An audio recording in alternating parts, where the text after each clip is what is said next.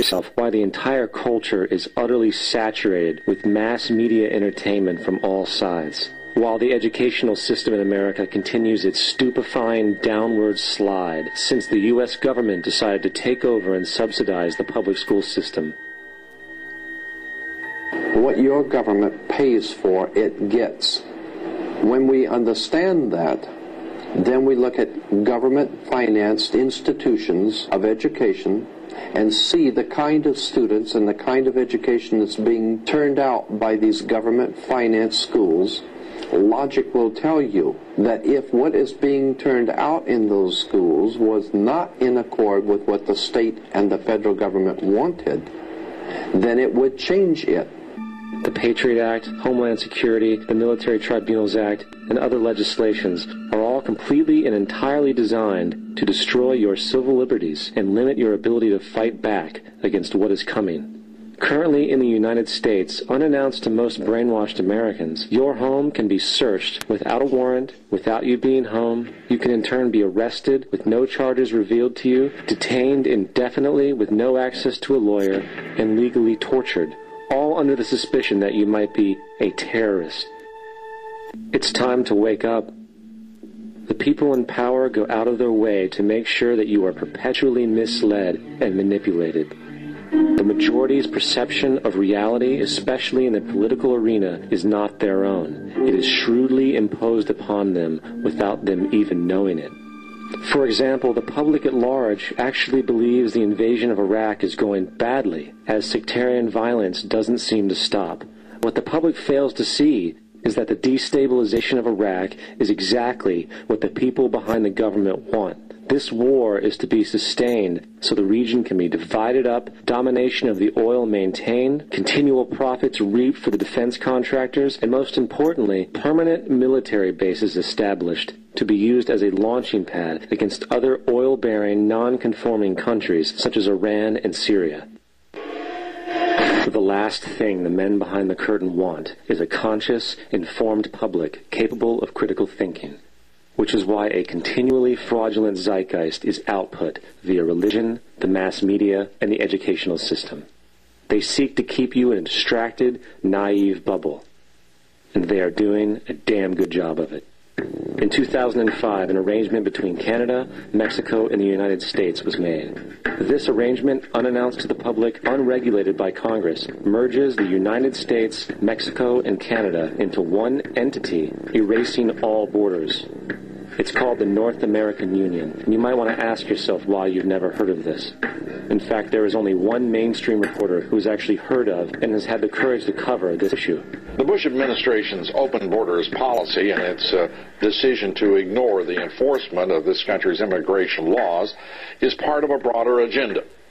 President Bush signed a formal agreement that will end the United States as we know it, and he took the step without approval from either the U.S. Congress or the people of the United States. It's a deal that few have even heard of. It's being done again by very few people at the very top on behalf of the investment class, but the working class of people, political officials across our country, from communities, from cities and so forth, they don't know anything about this. This isn't some trade agreement. It is a total removal of sovereignty from these countries, which will also result in a completely new currency called the Amero. The American Constitution will eventually be obsolete. You would think that a situation like this would be on the cover of every major newspaper. That is until you realize that the people who are behind this movement are the same people behind the mainstream media, and you are not told what you're not supposed to know. The North American Union is the same concept as the European Union, the African Union, and the soon-to-be Asian Union, and the same people are behind all of them. And, when the time is right, the North American Union, the European Union, the African Union, and the Asian Union will be merged together, forming the final stages of a plan these men have been working on for over 60 years. A one-world government. And if we have learned anything from history, it is that power corrupts, and absolute power corrupts absolutely. This is Aaron Russo, a filmmaker and former politician. To his left is Nicholas Rockefeller of the infamous Rockefeller banking and business dynasty. After maintaining a close friendship with Nicholas Rockefeller, Aaron eventually ended the relationship, appalled by what he had learned about the Rockefellers and their ambitions.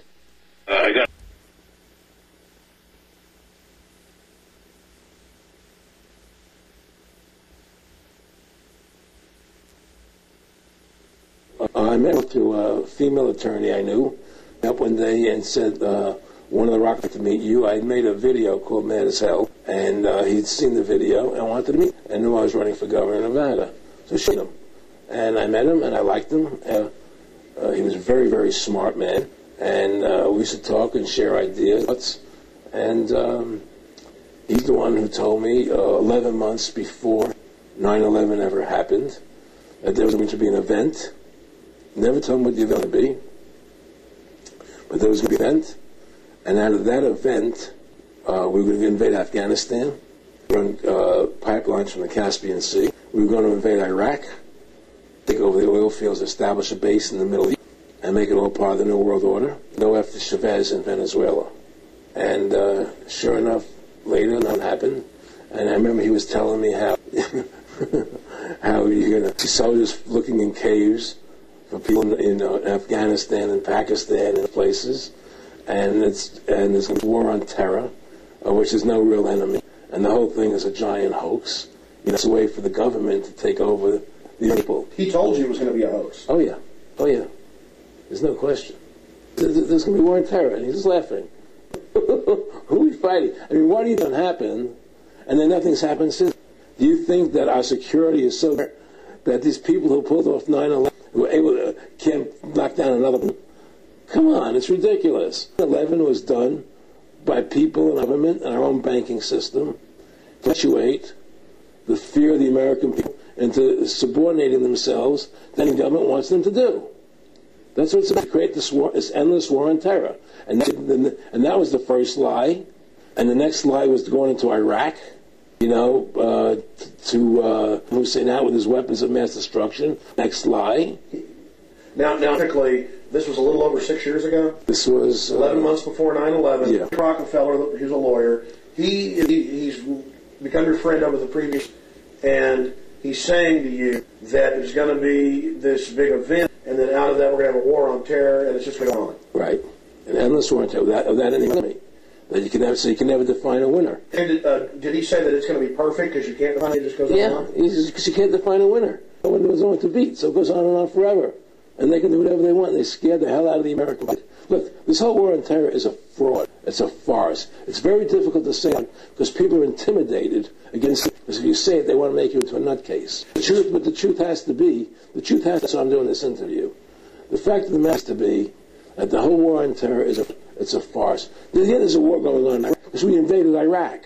And people over there fighting, But the war on terror, it's a joke, And until we discover what really happened on 9/11, who's responsible for 9/11, because that's where terror emanates from. That comes from. It was 9/11 that allowed us to begin. And until we get to the bottom root of 9/11, the truth of 9/11, we know about the war on terror. How you can convince people that this war is real? He says, but the media can convince everybody it's real. I mean, it's just that you keep talking about things, you keep saying it over and over and over again, and eventually people believe it. You created the Federal Reserve in 1913 through lies. You create 9/11, which is another lie.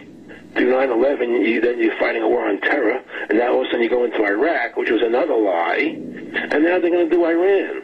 And it's all one thing leading to another, leading to another, leading to another. Now, I would say, what are you doing this for? What's the point of this thing? You have all the money in the world you ever want. You have all the power. I said, you're hurting people. It's not a good thing. And he would say, what do you care about the people for? Take care of yourself and you take care of your family. And then I said to him, what are the ultimate goals here? He said, the ultimate goal is to get everybody in this world chipped